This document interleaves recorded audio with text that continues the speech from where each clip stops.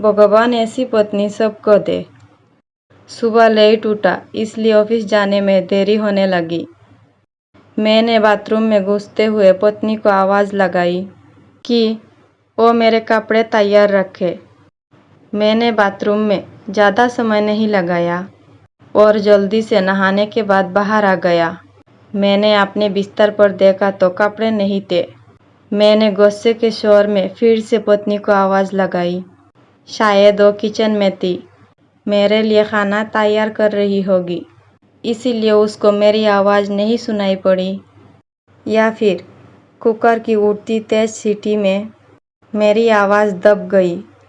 इस बार मैंने गुस्से के साथ और तेज़ आवाज़ लगाई, लेकिन किचन में से बड़ा प्यारा रिप्लाई आया, आई। मेरा गुस्सा अपने चरम पर था। मुझे ऑफिस के लिए लेट हो रहा था। मैं अंदर से पूरी तरह जलाया हुआ था। तभी पत्नी कमरे में आ जाती है और वो सीधे अलमारी की तरफ बढ़ जाती है। मेरे मन में सवाल आया कि क्या उसने मेरी आवाज़ को सुना था या फिर सुन के अनसुना कर दिया था। फिलहाल जो कुछ भी हो वो मेरी तरफ देखते हुए कपड़े बिस्तर पर रख देती है और वहाँ से जाने को होती है।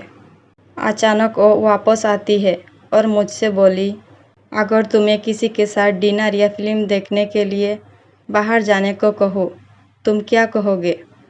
उसके पूछने का अंदाज थोड़ा अलग था। मैं समझ नहीं पा रहा था कि आखिर वो किसकी बात कर रही है और क्यों। शायद मैं जवाब देने के लिए तैयार था। मैं बोला, मैं समझूंगा कि अब तुम मुझसे प्यार नहीं करती। शायद उसने गुस्से अथवा प्यार में मेरी तरफ देखा, लेकिन फिर अगले ही पल अपने होठों पर हल्की सी आती हुई मुस्कान को दबाते हुए बोली, मैं आपसे बहुत प्यार करती हूँ, लेकिन ये औरत भी आपसे बेपनाह प्यार करती है, शायद मुझसे भी ज़्यादा, और आपके साथ समय बिताना चाहती है। मुझे पत्नी के मुंह से इस सवाल की उम्मीद नहीं थी। मेरे मन में एक सेकंड में हजारों सवाल ऊपर नीचे होने लगी। आखिर किस औरत की बात कर रही है और किसे मिलाना चाहती है? ऐसे हजारों सवालों के साथ मेरा मन मुझे घेर रहा था। आखिर मैंने पूछ लिया कि किसकी बात कर रही हो? पत्नी ने बिना कुछ बोले एक तस्वीर की तरफ इशारा कर दिया। वो तस्वीर मेरी माँ की थी, जो मुझसे दूर रहती थी। उनसे कई महीनों से मिला नहीं था। शायद काम की वजह से मैंने उन्हें फ़ोन भी नहीं कर पाया।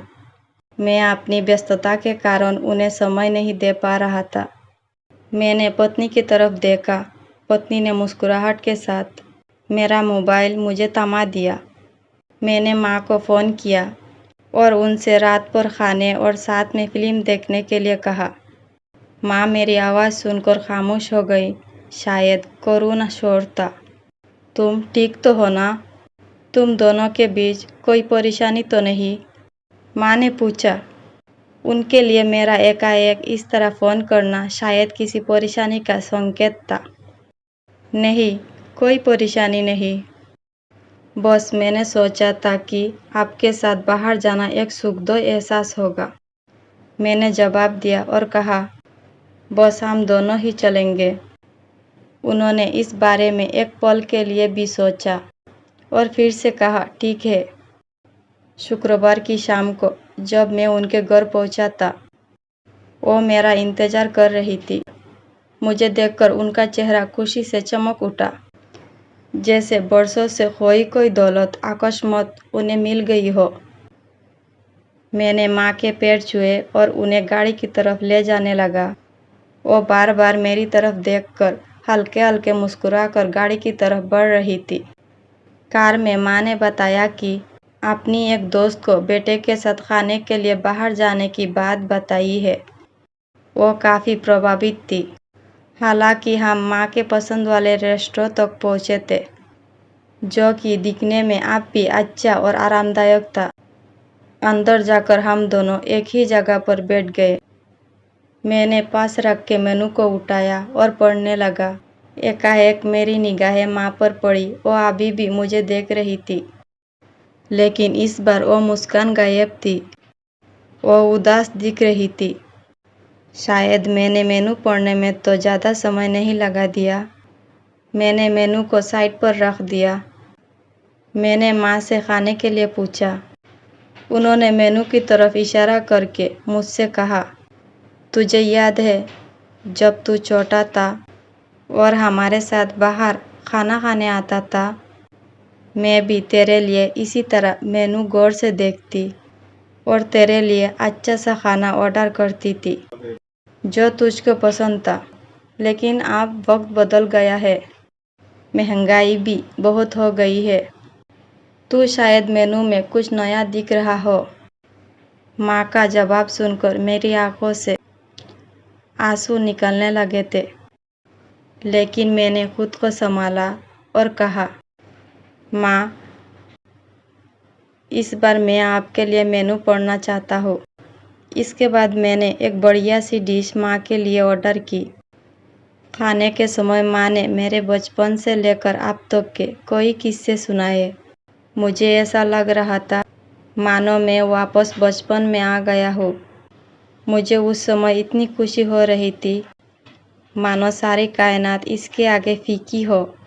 बातों ही बातों में समय का पता ही नहीं चला। मैं माँ के साथ थोड़ा और वक्त बिताना चाहता था, लेकिन अंधेरा हो चुका था और माँ को उनके घर छोड़कर मुझे वापस अपने घर भी जाना था। इन शब्दों का मतलब बाद में समझ आया, लेकिन फिलहाल मैं माँ को लेकर उनके घर पहुँच गया। अब वक्त माँ से विदाई लेने का। माँ ने एक उम्मीद के साथ मेरी तरफ देखा और कहा कि अगली बार मैं उन्हें बिल का पेमेंट करने दूँ तो वो मेरे साथ दोबारा डिनर के लिए आना चाहेंगे। मैंने मुस्कुराहट के साथ माँ से कहा, माँ, जो आप चाहो। और बिल पेमेंट कौन करता है, इससे क्या फ़र्क पड़ता है? माँ ने मेरी तरफ देखा और मुस्कुराहट के साथ कहा कि फ़र्क पड़ता है और अगली बार बिल वही पे करेंगे। इसके बाद मैंने माँ से विदाई ली और अपने घर की तरफ चल दिया। घर पहुंचकर देखा तो पत्नी मेरा इंतज़ार कर रही थी। उसने पूछा, कैसा रहा आज का दिन? बहुत बढ़िया, जैसा सोचा था उससे कोई ज़्यादा बढ़िया, मैंने जवाब दिया। इसके कुछ दिनों बाद अचानक मुझे माँ की देहांत की सूचना मिली। उन्हें दिल का दौरा पड़ा था। ये इतना अचानक से हुआ कि मैं कुछ समझ नहीं पा रहा था। मैंने माँ के लिए कुछ भी तो नहीं किया था। मैं वापस उनके साथ समय बिताना चाहता था, लेकिन अफसोस अपने व्यस्त समय की वजह से मैं माँ के लिए समय नहीं निकाल पाया। लेकिन अब पछताने से होता क्या, जब थी तब समय नहीं, और अब जब माँ नहीं तो पछतावा और अफसोस। माँ की मौत के बाद मुझे एक लिफाफा मिला। उस लिफाफे में उसे रेस्टोरेंट की एडवांस पेमेंट की रसीद के साथ माँ का एक खत था, जिसमें माँ ने लिखा था, मेरी बेटे, मुझे पता नहीं कि मैं तुम्हारे साथ दोबारा डिनर पर जा पाऊंगी या नहीं, इसीलिए मैंने 2 लोगों के खाने की अनुमानित बिल का एडवांस पेमेंट कर दिया है। और अगर मैं नहीं जा पाऊँ तो तुम अपनी पत्नी के साथ भोजन करने जरूर जाना। उस रात तुमने कहा था ना कि क्या फ़र्क पड़ता है? मुझ जैसे अकेले रहने वाली बूढ़ी औरत को फ़र्क पड़ता है।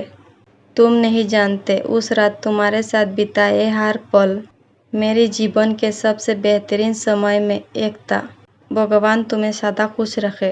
तुम्हारी माँ। इंसान को दुख अपनों को खोने के बाद होता है। अगर समय रहते एहसास हो कि अगर जीवन में छोटी छोटी बातों से भी परिवार में खुशियाँ बांटी जा सकती है, और माता पिता तो जीवन की सबसे अनमोल रत्न है। दोस्तों, उम्मीद करता हूँ कि ये कहानी आपको पसंद आई होगी। अगर पसंद आई हो तो लाइक और सब्सक्राइब करें। धन्यवाद।